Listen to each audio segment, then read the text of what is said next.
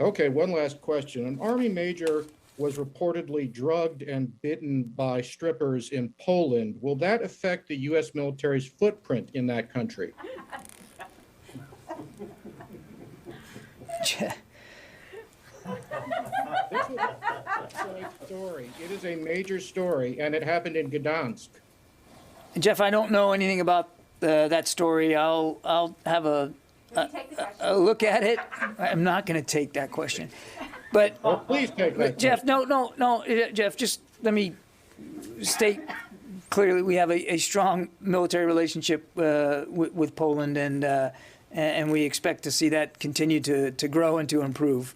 But I don't know anything about this particular item.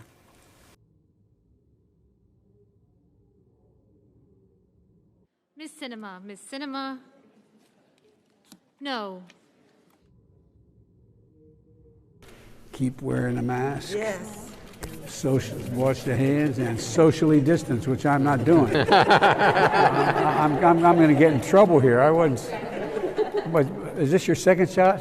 Oh, we're set. I've had two as well. So. I have some concerns about First Step Act implementation, which I'll ask in writing to you. I want to be respectful of my colleague, my friend, the senator from the great state of Oklahoma. Ouch. I'm sorry, sir. Forgive me, Omaha. Omaha's not a state, brother. I'm sorry. Where are you from, sir? We used to be able to beat Stanford in football, and we will return. Chairwoman, yeah, thank you. Sorry, Corey's not as funny as I thought he would be there. My doctor right over there, my doctor, he said, you know, sir, if you want, you're really smart. You ought to take the cognitive test. I said, oh, what's that?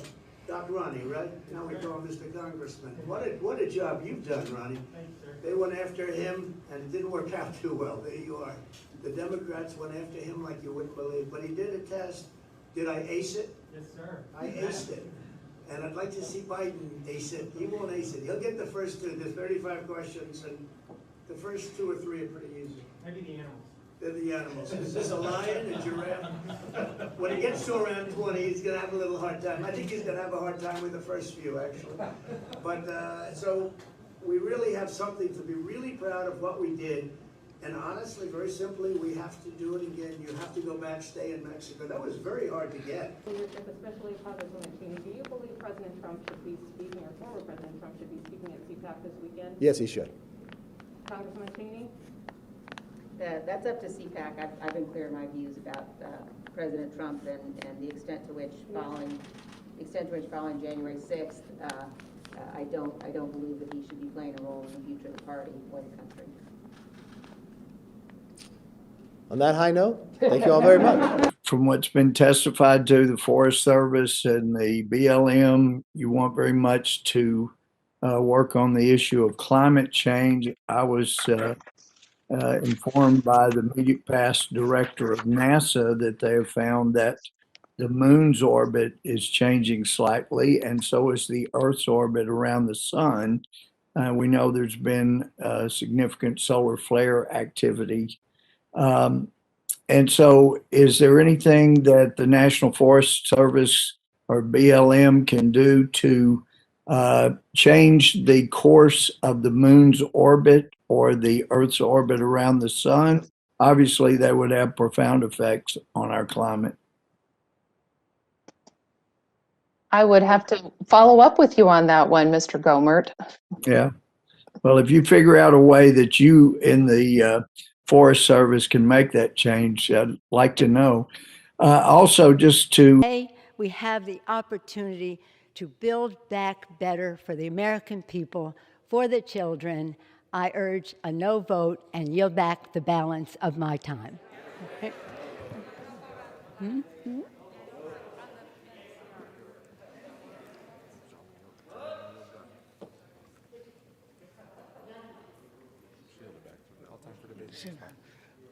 All time for debate has expired.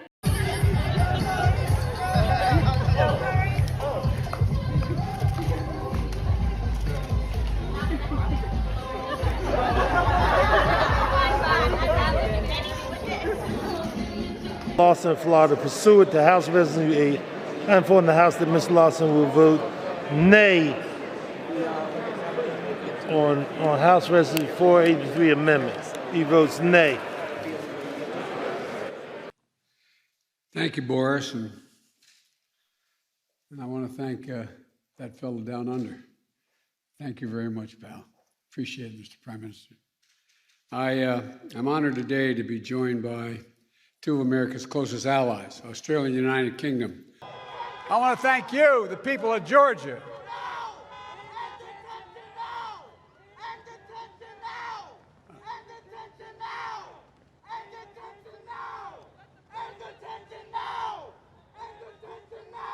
We'll give you a microphone.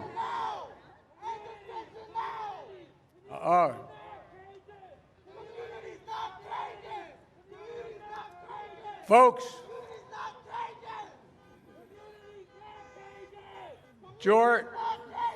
Georgia was 100 days ago today when I was inaugurated on the steps of the United States Capitol to be your president. And I was looking forward to coming back and seeing these guys.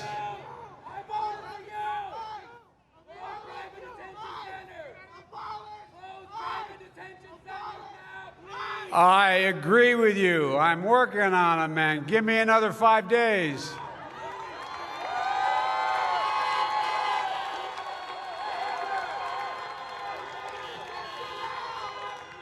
Folks, y'all know what they're talking about. There should be no private prisons, period. None, period. That's what they're talking about. Private detention centers. They should not exist. And we are working to close all of them. So, folks, look.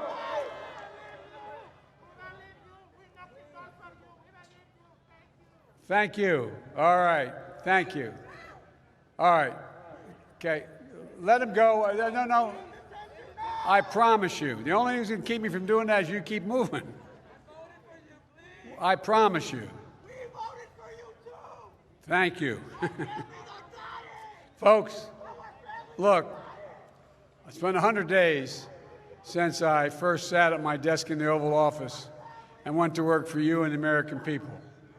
I want to thank you. I want to thank the American people because I think we've gotten a lot done.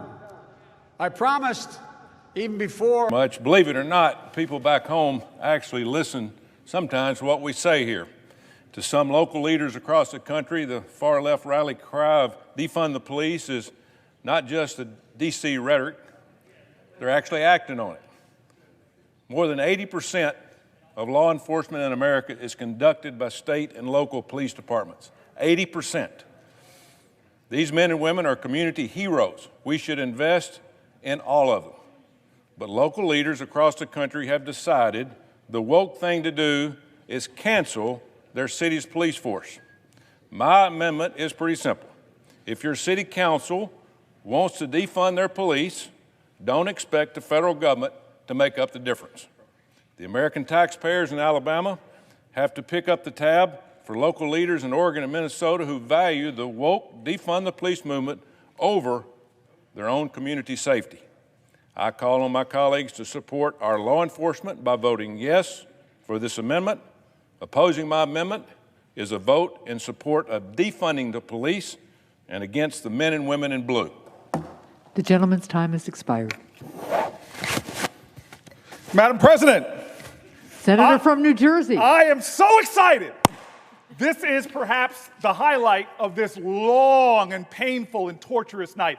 This is a gift. If it wasn't complete abdication of Senate procedures and esteem, I would walk over there and hug my colleague from Alabama. And I will tell you right now, thank God, because there's some people who have said that they're members of this deliberative body that want to defund the police, to my horror. And now this senator has given us the gift that finally, once and for all, we can put to bed this scurrilous accusation that somebody in this great esteemed body would want to defund the police. So let all of us, 100 people, not walk, but sashay down there and vote for this amendment and put to rest the lies. And I am sure I will see no political ads attacking anybody here over defund the police. And I would ask unanimous consent to add something else to this obvious bill. Can we add also that every senator here wants to defund the police, believes in God, country, and apple pie? Thank you.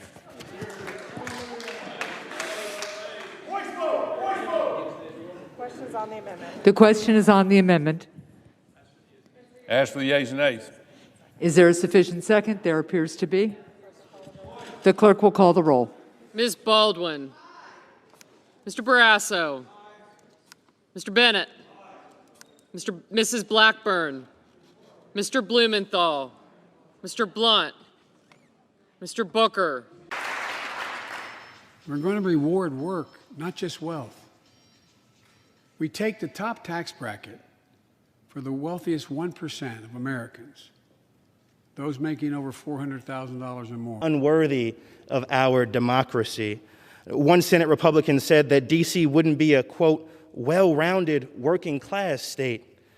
I had no idea there were so many syllables in the word white. One of my House Republican colleagues said that D.C. shouldn't be a state because the district doesn't have a landfill. My goodness, with all the racist trash my colleagues have brought to this debate, I can see why they're worried about having a place to put it. The truth is, there is no good faith argument for disenfranchising over 700,000 people, Mr. Speaker, most of whom are people of color.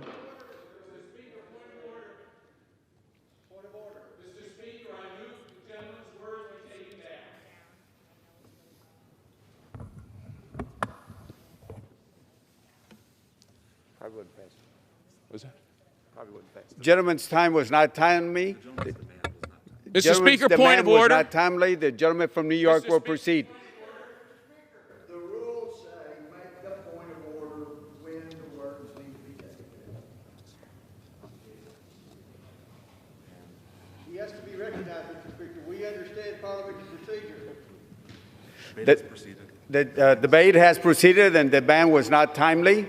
Gentleman from New York is recognized.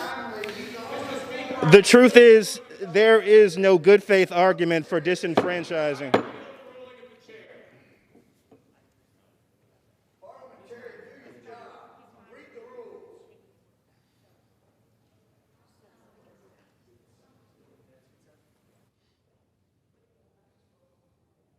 the gentleman from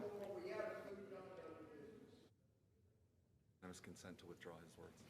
Does the gentleman from New York ask for unanimous consent to withdraw the words? Mr. Speaker, that's fine. You have my consent to withdraw. Gentleman withdraws his words. Debate is going to continue. Gentleman from New York is recognized. Thank you, Mr. Acting a long-term solution to the debt limit in December. We're ready to work with them. Leader McConnell and Senate Republicans insisted they wanted a solution to the debt ceiling, but said Democrats must raise it alone by going through a drawn-out, convoluted, and risky reconciliation process. That was simply unacceptable to my caucus. And yesterday, Senate Republicans finally realized that their obstruction was not going to work. I very much thank, my Democratic colleagues for our showing. Almost 8 years ago, Beju Bhatt and I founded Robinhood. We believed then, as we do now, that the financial system should be built to work for everyone, not just a select few. We dreamed of making investing more accessible, especially for people without a lot of money. The stock market is a powerful wealth creator, but only half of U.S. households participate in it. Mr. Staff, I would like you to use your limited time to talk directly to what happened January 28th and your involvement in it. Certainly. Madam Chair, the witness has the opportunity to give their own testimony. Excuse me, you are not your time for your questioning. You are not recognized, Mr. Please go right ahead and speak directly to the question. McHenry. Mr. McHenry, yes, of course. Managers to say we need depositions about things that happened after. It's not true. But if he does, there are a lot of depositions that need to be happened. Nancy Pelosi's deposition needs to be taken. Vice President Harris's deposition absolutely needs to be taken, and not by Zoom. None of these depositions should be done by Zoom. We didn't do this hearing by Zoom. These depositions should be done in person, in my office, in Philadelphia. That's where they should be done. I don't know how many civil lawyers are here, but that's the way it works, folks. When you want somebody's deposition, you send a notice of deposition, and they appear at the place where the notice says. That's civil process. I don't know why you're laughing. It is civil process. That is the way lawyers do it. We send notices of deposition. In the notice of... I would remind everybody that we will have order in I don't have the chamber during these proceedings. Magnet, a junior this year. Last year, we had masks at school, and we know that they worked because we could stay in school all year. This year, we've already had to shut down because of a lack of staff in the school, and we're only a month into it. This is going to continue if we don't have a mask mandate. Contact tracing has been a big issue for students this year because all of us know that if we get contact traced, we're going to miss at least a week of school. That's a week of instruction, a week of teacher contact that we're going to miss. And if we have mask mandates, we can reduce the number of contact tracing that we're going to have in the building. I talked to one of my classmates today, and he said that he was worried about a test that he had to take because he had missed the entire last week of school and hadn't seen his math teacher until that day. This is not something that we want to be going on in our schools. Additionally, I'm worried about my family. If I get COVID, I'm going to bring it to my family. And I talk to my grandparents a lot. They're higher risk than me, so I don't want to give them COVID.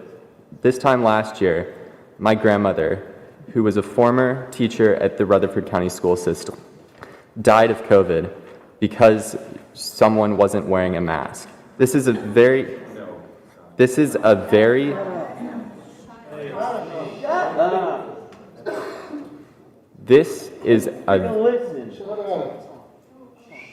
guys, we're here to act professional.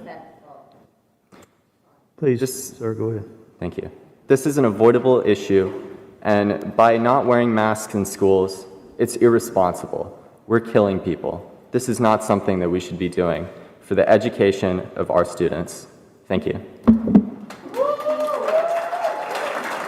Speaker, one of the earlier speakers said, this is the most dramatic change in labor law in 80 years.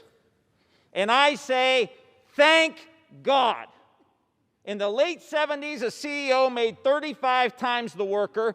Today, it's 300 to 400 times the worker. And our friends on the other side running around with their hair on fire.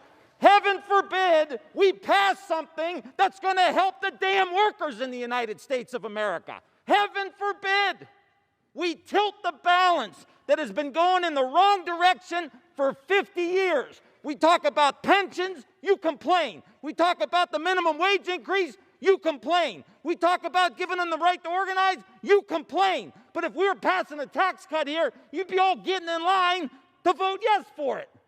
Now stop talking about Dr. Seuss and start working with us on behalf of the American workers. I yield back the balance of my time. The gentleman yields back. The gentleman is